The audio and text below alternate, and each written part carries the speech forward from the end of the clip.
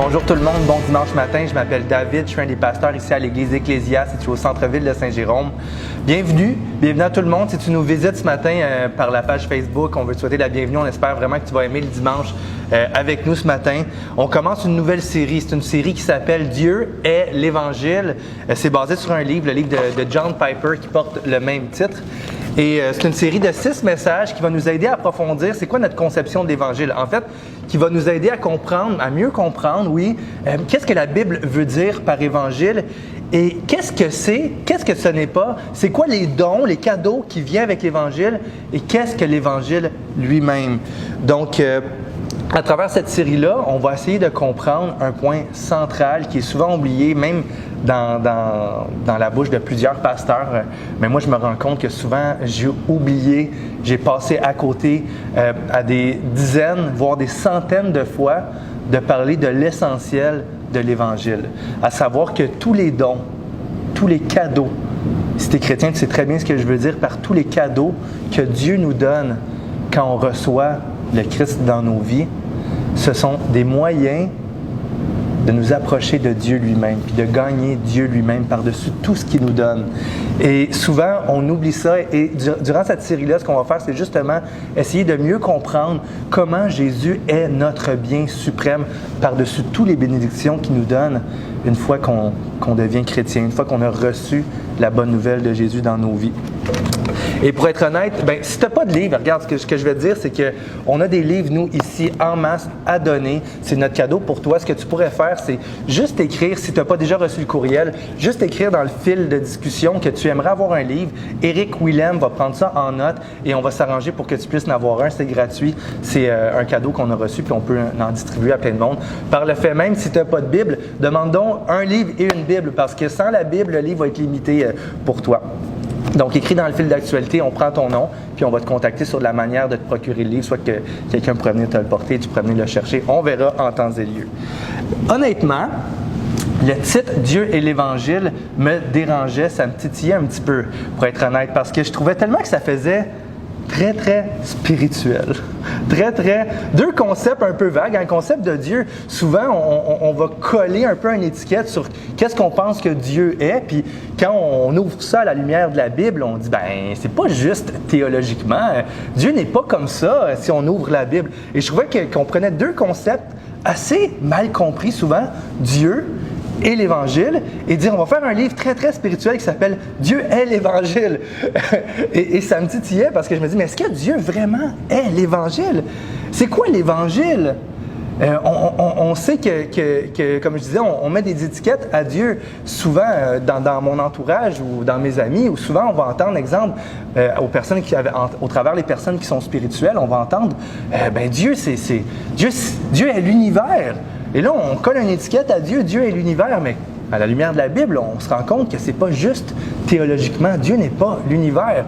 Souvent, on va entendre Dieu est la nature, Dieu est la création. J'entends ça autour de moi des fois. Et là, on vient donner un attribut à Dieu, on vient le définir dans quelque chose quand c'est pas ça qu'il est. Dieu, j'ai entendu dernièrement, Dieu, c'est nous ensemble. Dieu, c'est l'être humain, c'est le Dieu commun, c'est nous ensemble. Et on vient, encore une fois, souvent, si vous êtes d'accord, vous avez probablement déjà entendu ces choses-là, on vient définir Dieu d'une manière qu'il n'est pas vraiment si on ouvre la Bible. Non seulement il n'est pas vraiment, mais qu'il n'est pas du tout si on ouvre la Bible. Dans la Bible, Dieu est tout-puissant. Dieu est quoi? Il est éternel. Dieu est bon. Dans la Bible, Dieu est juste. Dans la Bible, le Seigneur, Dieu est omniscient. Il connaît tout. Dieu est miséricordieux. Donc, vous voyez, ça sonne vraiment mieux à nos oreilles que est-ce que Dieu vraiment est l'Évangile? C'est quoi l'Évangile? Hein? On sait qu'on utilise beaucoup ce mot-là. Je pense que depuis le début de mon message, je l'ai dit 20 fois peut-être. Tu vas voir que c'est un mot qui va être utilisé beaucoup pendant les prochaines séries. Et si tu es nouveau et que tu m'entends dire ça, tu vas te rendre compte que ça fait clairement partie de notre langage pratiquement quotidien. Le mot évangile, il fait souvent partie de nos discussions. Et on est une église évangélique. On lit les évangiles. Nous avons reçu, plusieurs d'entre nous, l'évangile de Jésus dans nos vies. Il y a des gars dans notre assemblée comme Jean-François Moquin qui est un évangéliste. Donc, c'est un mot qu'on utilise beaucoup. Et ça serait curieux de voir, frères et sœurs, si je demandais à une dizaine d'entre nous, définis-moi l'Évangile. Est-ce qu'on pourrait définir en quelques mots c'est quoi l'Évangile? Et qu'est-ce que vous pensez qui arriverait à ce moment-là? On aurait 10 descriptions de l'Évangile complètement différentes. Et je ne suis pas en train de faire mon petit fin finot en vous disant « Donne-moi ta définition de l'Évangile, là, que je t'enseigne ça. » Non, je suis en train de dire qu'on va avoir une conception approfondie de qu'est-ce que l'Évangile est et qu'est-ce qui n'est pas dans la Bible. Et qu'est-ce que ça change pour nous maintenant? L'apôtre Paul, dans la lettre aux Corinthiens, il donne une description des plus claires de c'est quoi l'Évangile, une des descriptions les plus concrètes de qu'est-ce que l'Évangile est ou qu'est-ce que l'Évangile n'est pas, parce qu'il n'est pas tout. Il n'est pas rien non plus. C'est quelque chose de précis. On va tourner ensemble dans la lettre aux Corinthiens, au chapitre 15, versets 1 à 11. Tournons ensemble. Si tu as la Bible blanche, c'est à la page 753. C'est un peu petit dans ma Bible, je vais lire directement dans mes feuilles. Là, okay? Je vous rappelle, frères, l'Évangile que je vous ai annoncé et que vous avez reçu, dans lequel vous avez persévéré et par lequel vous êtes sauvés, si vous le retenez tel que je vous l'ai annoncé. Autrement, vous auriez cru en vain. Je vous ai enseigné avant tout, comme je l'avais aussi reçu, que Christ est mort pour nos péchés selon les Écritures. Il a été enseveli, il est ressuscité le troisième jour selon les Écritures, et qu'il est apparu à Céphas, c'est-à-dire l'apôtre Pierre, puis aux 12. Ensuite, il est apparu à 500 frères à la fois, dont la plupart sont encore vivants aujourd'hui et dont quelques-uns sont morts.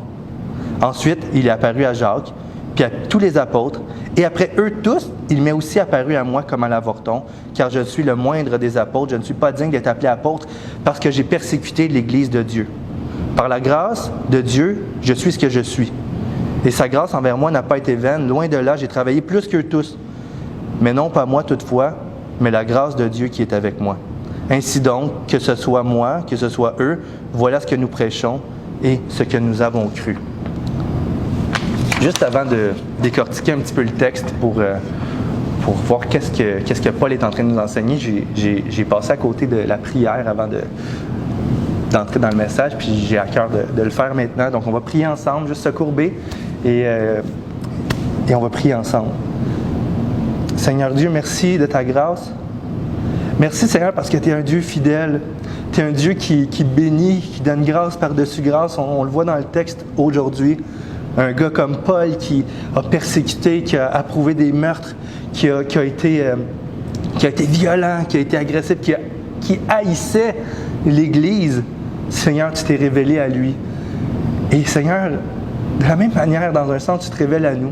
Nous qui ne te cherchais pas vraiment, nous qui ne savions pas vraiment qui tu étais, tu t'es révélé à nous d'une manière spéciale. Et donne-nous, Seigneur, ce matin, par le texte qu'on vient de voir, l'opportunité de te découvrir encore plus et te désirer toi, le seul vrai Dieu, au-dessus de tout, te désirer toi plus que n'importe quoi.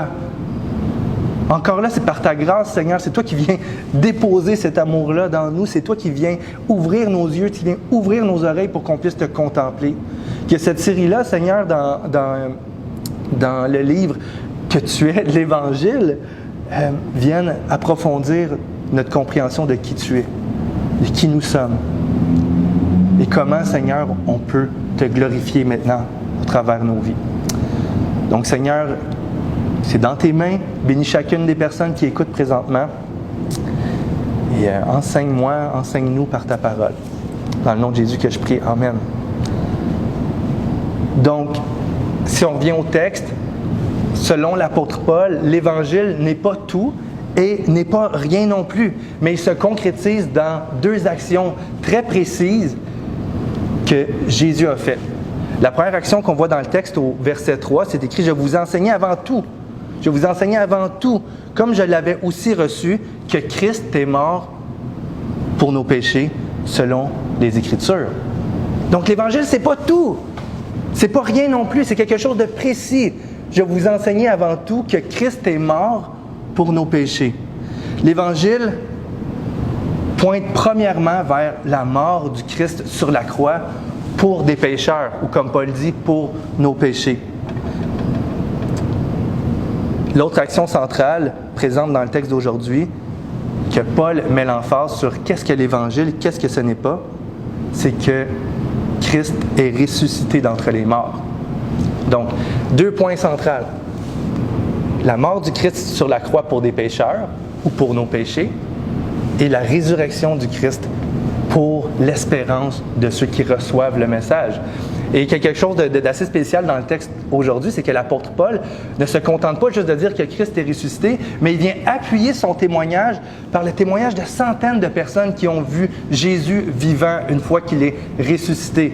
Et ça, c'est quand même assez important parce que Jésus ne s'est pas contenté d'apparaître à 2-3 personnes en secret, de dire « Hey, allez parler là, de moi, là. Allez parler que je suis ressuscité. » Non, Jésus il s'est révélé concrètement à des centaines de personnes une fois qu'il était ressuscité. Et ces personnes-là attestaient que oui, ils avaient vu Jésus. Il dit Paul, il est apparu à 500 personnes en même temps, dont la plupart étaient encore vivants.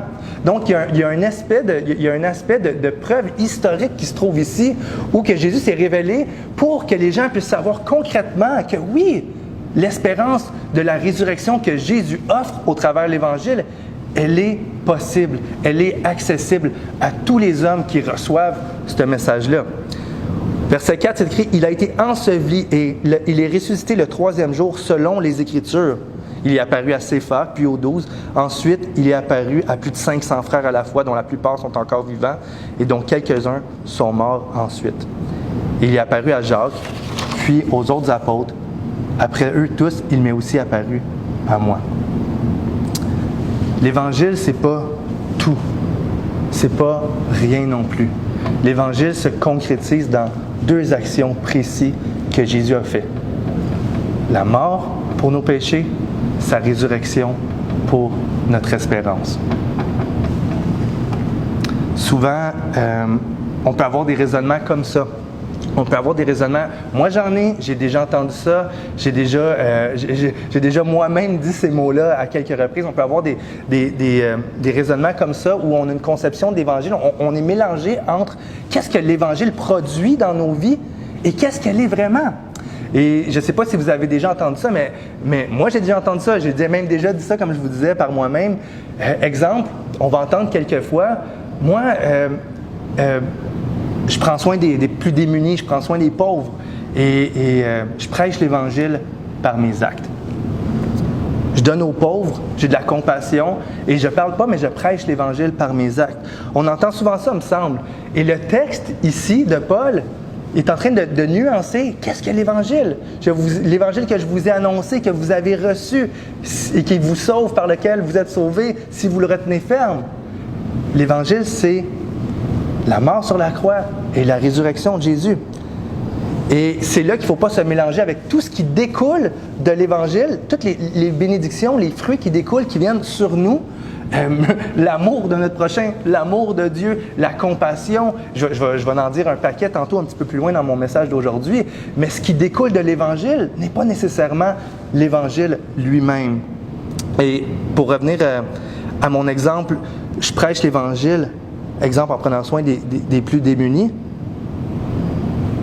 C'est là qu'on veut faire la différence entre si je prends soin, si je suis capable d'aimer mon prochain, c'est parce que j'ai reçu quelque chose, c'est parce que j'ai répondu à quelque chose, c'est parce que j'ai reçu le message par la foi que Christ est mort pour moi et qu'il est ressuscité. Et maintenant, sachant ces choses-là, ça produit des fruits dans moi. Ça produit des choses. Ça vient avec un paquet de trésors que Dieu donne. L'Évangile vient avec plein de bénédictions. Mais il n'est pas les bénédictions en soi. Pour rester dans le texte d'aujourd'hui, je vais vous montrer une des bénédictions que Paul parle ici de l'Évangile. L'Évangile que je vous ai annoncé, que vous avez reçu, donc c'est quelque chose qui s'annonce, c'est quelque chose qui se reçoit, dans lequel vous persévérez, c'est dans quelque chose qu'on demeure aussi, et par lequel vous êtes sauvés, si vous retenez tel que je vous l'ai annoncé, autrement vous aurez cru en vain. Donc, Une fois qu'il est reçu, une fois qu'il est compris, une fois qu'il a été annoncé et qu'il a été pris par la foi, il produit, comme je disais, des fruits. Et ici, un des fruits, une des bénédictions, un des trésors de l'Évangile par lequel vous êtes sauvés. L'Évangile vient nous sauver. Vient nous sauver de quoi?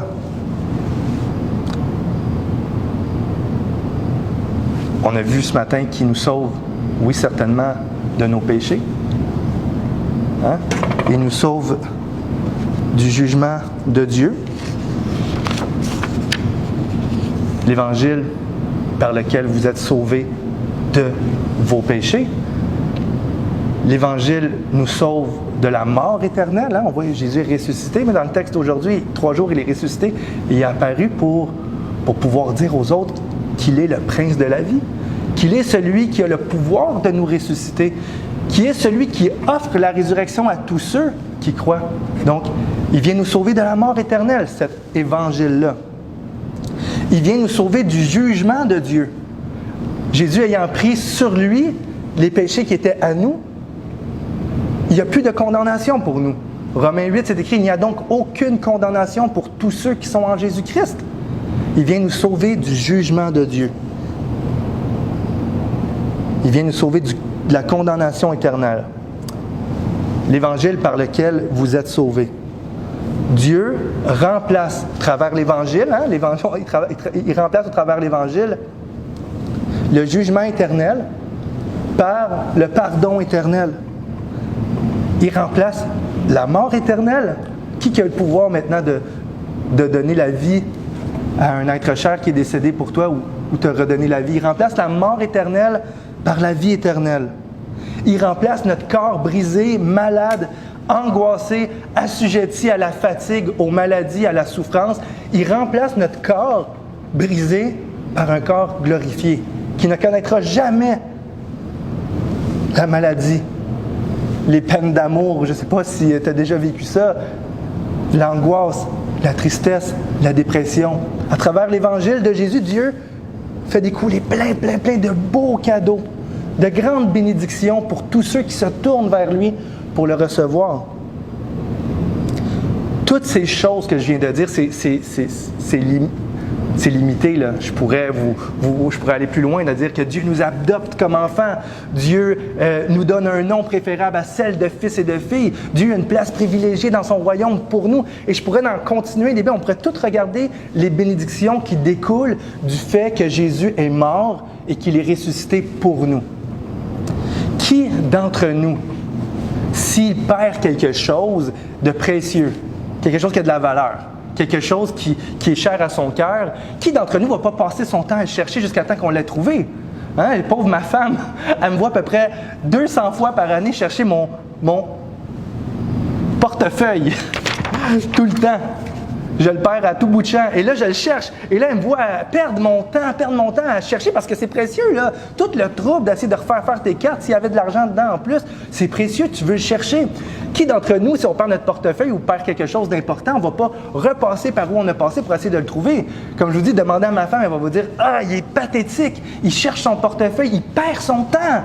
Il va dans le divan, il check dans les cracks, ça fait 3 fois qu'il y va, puis qu'à chaque fois, il est déçu. Et là, il retourne une 4e fois chercher si le portefeuille. Là, il est déçu une 4e fois. » Tous les êtres humains de la planète, s'ils perdent quelque chose, vont désirer le chercher jusqu'à temps qu'ils le trouvent. Et de la même manière ici, c'est là que je veux nuancer, qu'on va rentrer dans un autre volet de l'Évangile ce matin, c'est que toutes les choses que Jésus offre au travers de l'Évangile sont des choses que nous désirons tous les êtres humains. Quel être humain ne voudrait pas avoir la vie éternelle? De dire, moi, j'ai le pouvoir de te donner la vie éternelle. Tu vas vivre pour l'éternité. Hein? Si on avait un remède, si moi j'avais le remède, je dis oui, c'est ici, j'ai le remède pour la vie éternelle. Hein? Il n'y a personne qui va dire, non, moi j'aime ça mourir, c'est cool. Non, il y a un désir d'éternité perdu dans le cœur de l'homme, profondément. Et toutes les religions cherchent un moyen d'aller rechercher cette éternité-là. Qu'on parle de la réincarnation, par exemple, où on trouve un moyen de retrouver ce sentiment d'éternité-là qui est perdu. J'entends des gens qui disent « Moi, je vais vivre éternellement à travers ma descendance ». Des gens qui ne croient pas nécessairement en Dieu. Et il y a un désir d'éternité perdu qui est là et qui se cherche à tout bout de champ.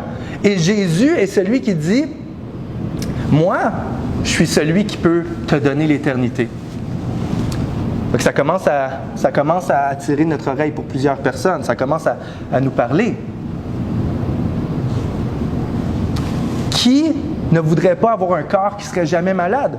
Toutes des choses que je dis que les êtres humains de la planète entière n'ont pas besoin de croire en Dieu ou d'être chrétien pour chercher ces choses-là. Qui ne voudrait pas avoir un corps qui est jamais malade? Moi, j'ai la solution. J'ai trouvé la manière que tu ne souffriras plus jamais. Tu n'auras plus jamais d'angoisse en train de toucher les ganglions, le dos, ou toucher ici, ou toucher les seins pour voir si tu n'as pas une bosse. Oublie ça! J'ai le remède pour que tu ne sois plus jamais malade, que tu n'aies plus de souffrance. Qui d'entre nous sur la planète Terre dit « Ah, non, moi, c'est correct, être malade de temps en temps, puis au pire, je pognerai une maladie grave, c'est pas grave. » Non! On soupire après un corps qui ne sera pas malade, qui ne souffrira plus. Qui d'entre nous sur la planète Terre cherche pas le bonheur parfait? Le bonheur qui s'épuise jamais. Qui? Moi, j'ai la recette du bonheur. Des fois, ça, c'est bien comme un peu comme le portefeuille, ça. Hein? Le bonheur, on va un peu, on l'a perdu souvent. On le perd combien de fois, le bonheur? On va le chercher un peu partout. Des fois, on retourne 4, 5 fois, 1000 fois, 1 million de fois au même endroit pour penser à le trouver là. Puis finalement, on revient déçu. Mais il y a une personne qui arrive qui dit « Moi, je vais te donner une source de joie éternelle. » Et je te le dis, je vais te le donner. Et j'ai le pouvoir de le faire. Qui va dire, ben non, moi j'aime ça broyer une fois de temps en temps? Non! Tout le monde, tous les cœurs humains cherchent ces choses-là.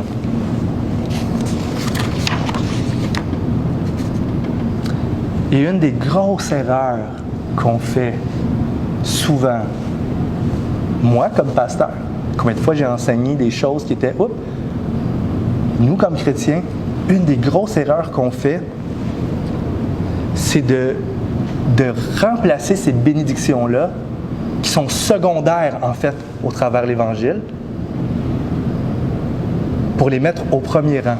Autrement dit, de s'approcher de Jésus et de vouloir avoir une relation avec lui pour qu'est-ce qu'il nous apporte. Et il y a une nuance importante ici. Si je peux te donner l'image, l'image de souvent, nos couples sont dysfonctionnels. Souvent, nos couples sont dysfonctionnels parce que souvent, on s'approche de quelqu'un, on aime quelqu'un pour qu'est-ce qu'il nous apporte. Donc, moi, exemple, je donne des exemples généraux. Ah, je suis tellement bien avec cette personne-là. Quand je suis à côté de cette personne-là, je sens que j'ai une valeur. Et là, quand on s'approche de cette personne-là, c'est pour trouver un sentiment de valeur, pour se sentir bien. Et Jésus nous donne une valeur au travers de l'Évangile, hein? Nom de Fils de Dieu. Donc, on sait qu'on a une valeur quand on va auprès de lui. Dans un couple, c'est la même chose. Moi, je m'approche de cette personne-là parce que j'ai la sécurité, là, ça me fait tellement du bien. Je sais qu'il gère bien ses choses, qu'elle gère bien ses choses, elle a de l'argent et on n'a pas à s'inquiéter de l'argent. Et fait quand je suis dans mon couple avec cette personne-là, je ne suis pas stressé financièrement parce qu'elle a la sécurité financière. Et on s'approche de la personne pour qu'est-ce qu'elle nous apporte. On désire avoir une relation avec elle pour qu'est-ce qu'elle nous apporte. Y a-t-il un autre exemple? Je me sens drôle. Je suis avec elle ou je suis avec lui, puis là, il rit de mes blagues ou elle rit de mes jokes, et ça fait sentir que je suis quelqu'un de drôle, puis j'aime ça. Et j'ai le goût d'être avec. Et là, on forme des couples comme ça. On forme des mariages comme ça. Mais le jour où tu ne trouves plus chez la personne ce qu'elle t'apportait, la relation est brisée. La relation est brisée parce que tu dis, j'ai plus ce que j'ai de besoin. Je me sens plus valorisé. Je me sens plus aimé. Je sens plus que je suis drôle. Et la personne, finalement, on se rend compte d'une manière subtile qu'elle était une manière d'avoir un amour centré sur toi, sur tes besoins. Et avec l'Évangile, c'est la même chose. Combien d'entre nous s'est approché de Jésus parce qu'il pouvait nous donner le pardon? Puis c'est ça qu'on avait besoin. On avait besoin du pardon. On avait perdu beaucoup de choses dans nos vies. Qui d'entre nous s'est approché de Jésus parce qu'il avait peur de l'enfer? Je ne veux pas aller en enfer! Sinon, qui voudrait aller en enfer? On s'approche de Jésus parce qu'on sait que Jésus répond à ce besoin-là. On sait que Jésus est celui qui nous sauve, par lequel vous êtes sauvés. Et là, on s'approche de lui à cause d'un désir qui est égocentrique. Et c'est pas mal. Jésus lui-même dit à l'apôtre Pierre, aux apôtres, il dit « Et vous tous, vous êtes aussi, vous êtes libres de partir si vous voulez m'abandonner. » Et qu'est-ce qu'il dit l'apôtre Pierre? Il dit « Seigneur, à quel autre irions-nous qu'à toi? Tu as les paroles de la vie éternelle. » Donc, il y a quelque chose de normal du fait qu'on est attiré par les cadeaux que Dieu donne au travers de l'Évangile. Mais ces cadeaux-là, le pardon, la résurrection, la vie éternelle, l'adoption, tous ces cadeaux-là qui découlent de l'Évangile sont seulement, mais seulement des moyens de nous amener à Jésus pour le contempler, lui, qui il est. Qui il est, dans sa splendeur, dans sa gloire, dans sa suprématie. Tous les êtres humains de la terre peuvent rechercher la vie éternelle. Tous les êtres humains de la terre peuvent chercher à avoir une conscience tranquille du fait qu'ils sont pardonnés. Tous les êtres humains de la terre peuvent chercher à avoir un corps restauré.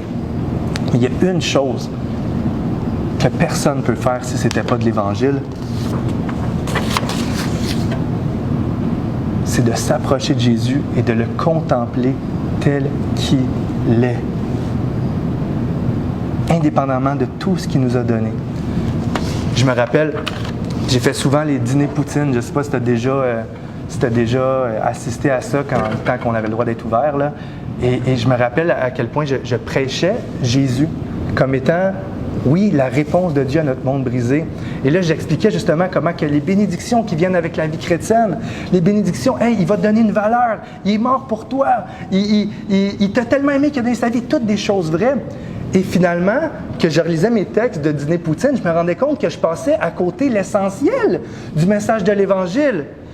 Dieu qui se donne lui-même aux êtres humains. Si on est pardonné, puis qui ouvre la porte du ciel puis de l'éternité pour nous, c'est pour être avec lui, pour le contempler, pour l'aimer, pour qu'il soit notre source de joie éternelle. S'il nous donne un corps restauré, sans maladie, c'est pour pouvoir être en sa présence, physiquement en sa présence, pour l'éternité. Le plus gros cadeau de l'Évangile, c'est Dieu qui se donne lui-même. Et c'est la mort de Jésus et sa résurrection qui permet aux humains d'avoir les yeux ouverts sur la beauté de Christ. Ma question pour toi, on comprend-tu mieux maintenant le thème Dieu et l'Évangile? Dieu est l'Évangile. Dieu est le cadeau suprême dans l'Évangile. Je ne sais pas où est-ce qu'on en est rendu dans nos vies chrétiennes. Moi, je sais que ça m'a beaucoup parlé, ce verset-là, mais ce chapitre du livre-là, ça m'a beaucoup parlé parce que souvent, je vois, dans ma propre vie, ou beaucoup autour de moi aussi, je vois des gens qui abandonnent la foi parce qu'ils ne trouvent plus auprès de Jésus ce qu'ils cherchaient. Je ne trouve plus la paix. Il y a encore de l'angoisse. Jésus ne répond pas à mon besoin. Je ne trouve pas la santé. Je ne trouve pas la sécurité. Ils ne trouvent plus dans leur cœur ce qu'ils trouvaient auprès de Jésus. Et là, des dizaines et des dizaines et des dizaines de personnes abandonnent le Christ parce qu'il ne semble pas répondre à leurs besoins ou à notre besoin. Alors que le plus grand besoin, c'était de l'avoir, lui, dans nos vies. Indépendamment de la vie éternelle, ça vient tout avec, là. Indépendamment de la vie éternelle, du pardon, l'adoption, etc., le plus grand besoin, c'était de retrouver Dieu qu'on avait perdu. Je termine avec un texte. C'est le psaume 27, verset 4. « J'ai présenté à l'Éternel un seul souhait. » Si tu avais un souhait pour Dieu, ça serait quoi? J'ai présenté à l'Éternel un seul souhait qui me tient vraiment à cœur. Je voudrais habiter dans la maison de l'Éternel tous les jours de ma vie et d'admirer l'Éternel et sa beauté et de chercher à le connaître lui seul dans sa demeure. L'Évangile, c'est quelque chose qui s'annonce, quelque chose que Dieu a fait, quelque chose que Dieu a fait pour qu'on ait les yeux ouverts sur qui il est, pour le contempler lui. Frères et sœurs, amis, est-ce que tu as reçu ça dans ta vie? As-tu reçu l'Évangile de Jésus? As-tu reçu le pardon? As-tu reçu la vie éternelle? Mais par-dessus tout, as-tu reçu le Christ lui-même qui s'est donné à toi? Et je veux t'inviter maintenant à te courber et dans tes mots, dans ton cœur, le dire à Dieu. Seigneur, je veux que tu me montres qui tu es. Je veux apprendre à te connaître tous les jours de ma vie. Dans tes mots, dire, Seigneur, je veux te recevoir. Toi. Et tu me montreras après toutes les bénédictions que tu veux me donner. Mais je veux apprendre à te connaître toi. Donc, prions ensemble. Seigneur Dieu, merci pour ta grâce, ton amour. Merci d'avoir ouvert les yeux à ton Église, puis de continuer à ouvrir les yeux à des centaines, des milliers de personnes maintenant qui cherchent ça et là, Seigneur, à être heureux, mais que finalement, Seigneur, l'image que tu me donnes maintenant, c'est l'appât où on essaie d'être accroché après l'appât, mais quand ce qu'on a besoin, c'est toi, Seigneur. Tu nous attires à toi pour qu'on puisse te voir. Merci pour ça parce que c'est ton initiative. On ne te cherchait pas, Seigneur, dans un sens. Et c'est toi qui s'est révélé à nous. Merci pour ça. Et Seigneur, bénis cette semaine. Bénis tes enfants. Bénis les journées sur la planète Terre encore jusqu'à ton retour, Seigneur Dieu. Que ton nom soit glorifié dans nos vies. Amen. Bonne semaine tout le monde. Puis au plaisir de se voir bientôt. C'est ça. Salut là.